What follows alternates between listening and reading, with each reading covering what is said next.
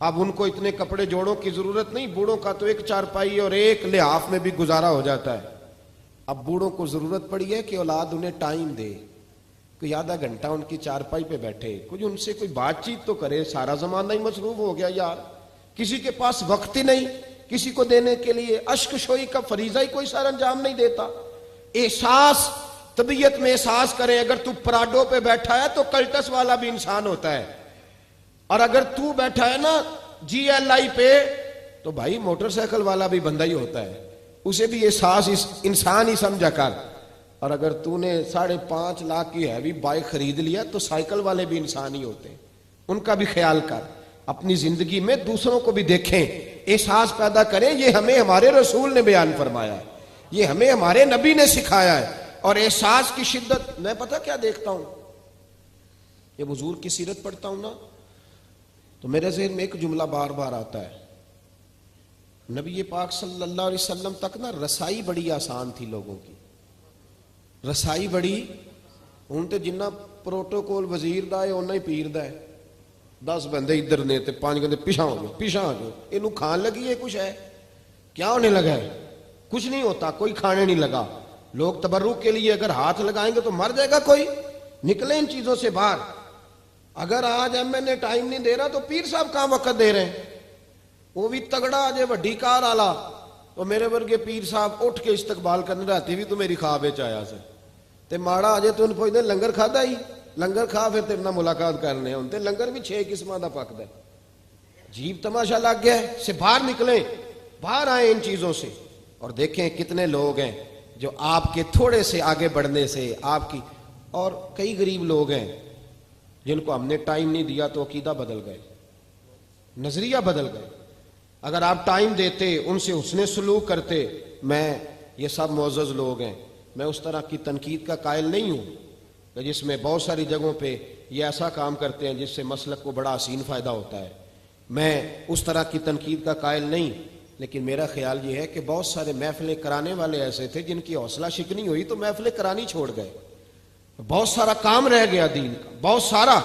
اگر حوصلہ افزائی ہوتی، اگر ہمارے اندر تھوڑا تھوڑا احساس رہتا تو بہت ساری جگہ یکدم سارا کام بیک ہو رہا۔ اس کی وجہ یہ ہے کہ حوصلہ افزائی نہیں ہے، کمزوریاں بڑی آ گئی۔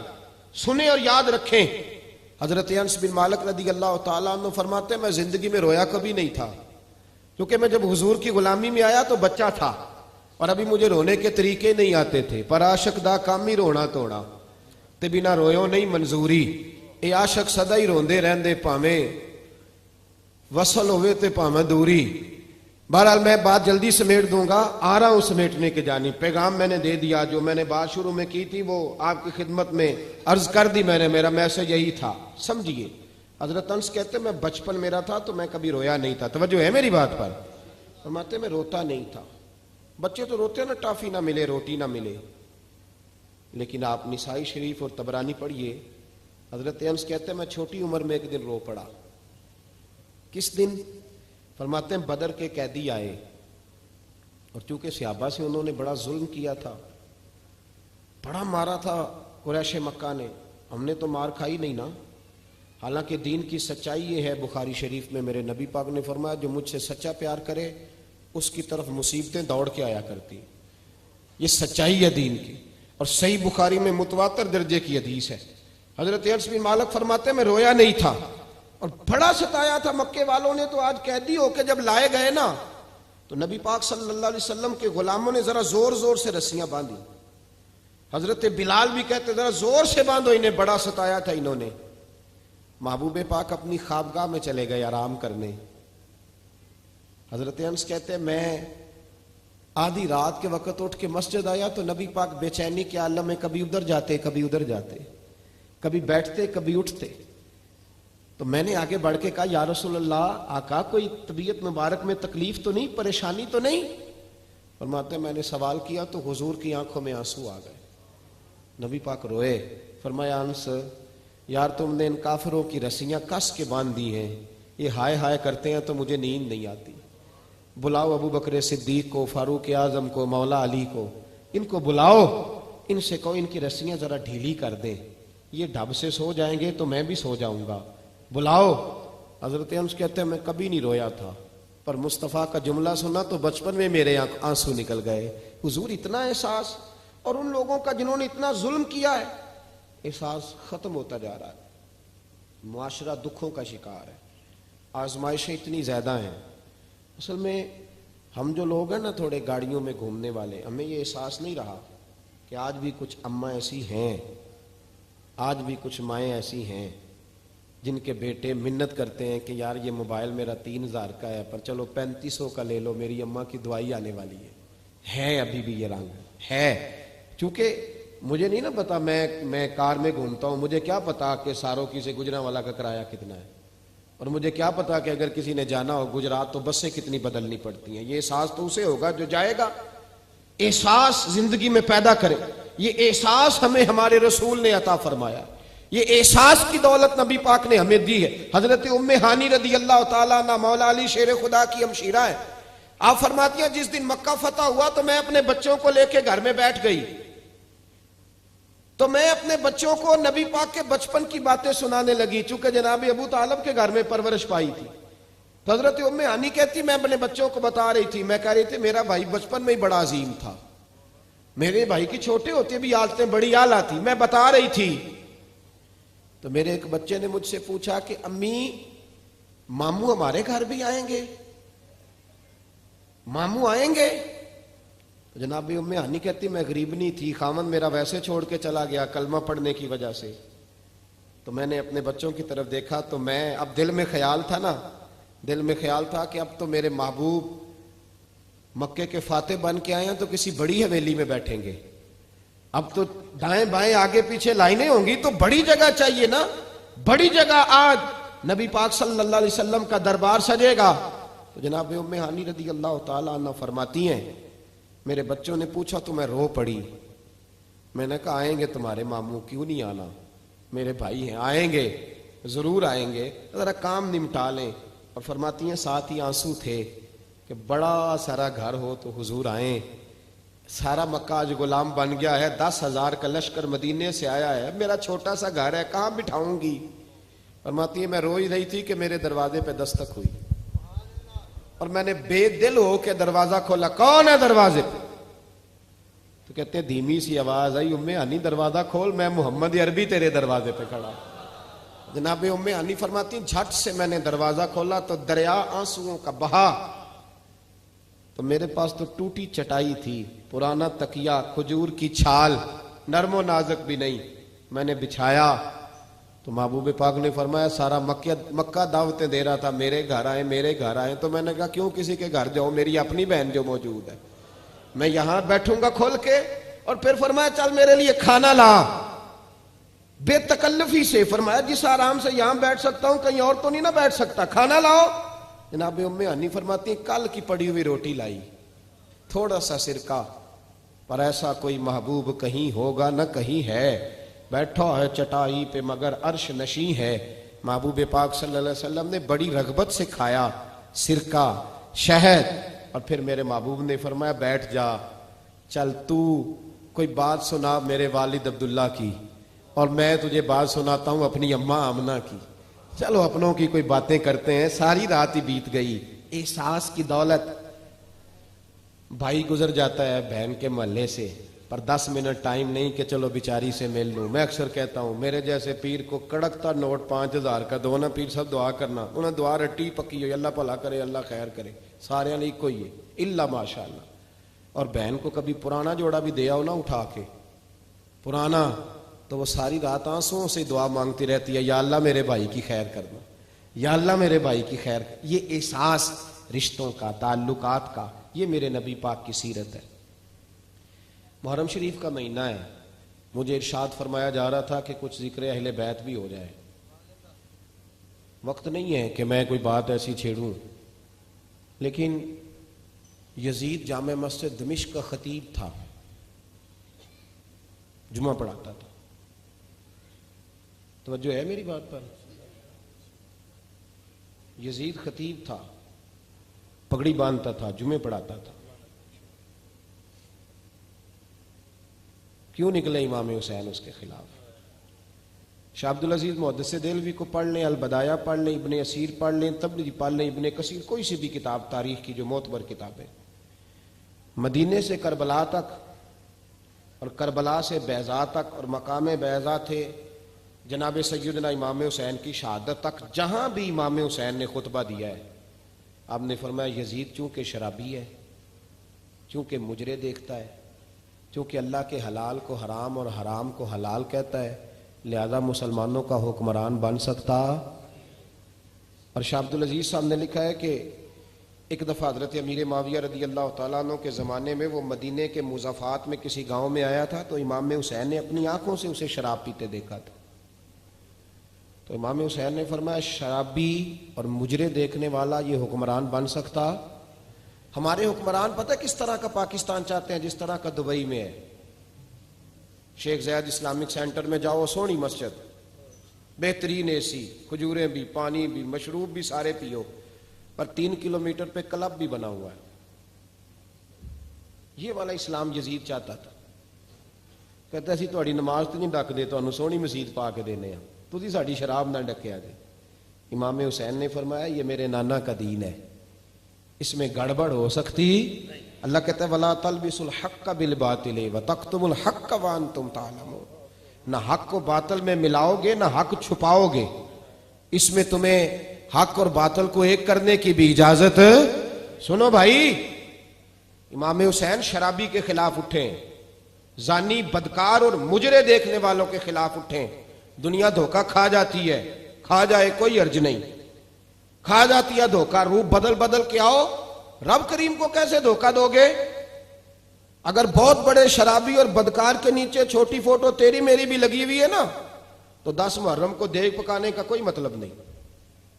اور اگر تیرے میرے موبائل میں بھی گند ہے، مجرے ہیں، تماشے ہیں، تو پھر کوئی معنی نہیں ٹھنڈے پانی کی سبیل لگانے کا، کوئی مطلب نہیں دودھ لگانے کا۔ امام حسین کو تیرے دودھ کی ضرورت نہیں، تو سنبھال کے رکھ۔ تیرا اگر سوچیں تیری یزید کے پیچھے چلتی ہیں، کیا مطلب ہوا پھر؟ یہ کوئی رسم ہے؟ دوستی قاتل سے بھی، مقتول سے یارانہ بھی؟ یہ کیسا طرز زندگی ہے؟ دو رنگی چھوڑ کے یک رنگ ہو جا، سراسر موم ہو جا یا سنگ ہو جا۔ امام علی مقام اٹھے ہو ملت کے جوانوں۔ جب تم مجرے دیکھتے ہو نا تو امام علی اکبر رضی اللہ تعالیٰ عنہ کے مزار پہ پھر سے گردش طاری ہوتی ہے۔ جب تم شرابیں پیتے ہو تو حضرت علی اصغر کے مزار کو جنبش ہوتی ہے، اور جب تم رات کو مجرے دیکھ کے سوتے ہو تو حضرت عباس کے بازوؤں میں پھر سے درد ہوتی ہے۔ یزید کو سپورٹ کرنا چھوڑ دو، ہم سے نہ رقم ہوں گے قصیدے یزید کے، ہم لوگ تو حسین کے سیرت نگار ہیں۔ انقلاب برپا، اور یاد رکھو نیکی والی زندگی آسان ہوتی ہے، جس کا ضمیر مطمئن نہیں ہوتا اس کی رات ٹھنڈی نیند نہیں آتی اسے۔ جتنا مرضی بن سور کے رہو، پاگلوں جیسی زندگی لوگ گزار رہے ہیں، پتہ نہیں کیا کچھ کہتے رہتے ہیں، اپنے آپ کو جھوٹی تسلیوں سے مطمئن کرتے ہیں۔ نہ ایسا کرو، تقوی کی زندگی ٹھنڈک والی زندگی ہے، تقوی کی زندگی۔ امام علی مقام رضی اللہ تعالیٰ عنہ کے پیغام کو سمجھو، حق کے لیے کھڑے ہو جاؤ۔ 2 گزارشات ہیں آج کی اس گفتگو میں۔ ایک تو احساس والی زندگی گزاریں، بے حس ہو۔ یہاں نا جلوس نکل رہے تھے برما کے حق میں، تو لوگ کہہ رہے تھے پہلے اپنے بچے تو سنبھال لو، یہ ظلم ہے۔ ہمیں احساس ہی نہیں کہ ہم کیا کہہ گئے۔ نبی پاک نے فرمایا میری امت ایک جسم کی طرح ہے، ایک حصے کو بھی تکلیف ہوگی تو ساری تڑپے گی۔ اور یہاں کتنے لوگ کٹ گئے اور لوگ کہنے لگے اپنی تو فکر کر لو۔ یہ مجرمانہ سوچ ہے، یہ وہ سوچ ہے جو گدلا کر گئی ہے ہمارے مزاج کو۔ باہر آئے میرے عزیز، سمجھے اپنے آپ کو، ہم باشعور لوگ ہیں، پتہ ہمیں سارا ہے، جان بوجھ کے پٹیاں باندھ کے پھر رہے ہیں۔ تھوڑا وقت ہے، گزر جانا ہے ہم لوگوں نے، لیکن احساس کی دولت ہوگی تو بہت سارے لوگ ہیں جو رو رو کے دعا مانگیں گے، بہت سارے ختم ایسے ہوں گے جو آپ کو نہیں پتا ہوگا پر آپ کے پڑے جائیں گے۔ یہی حال دوسرے میسج کا ہے، ہاتھ پکڑو۔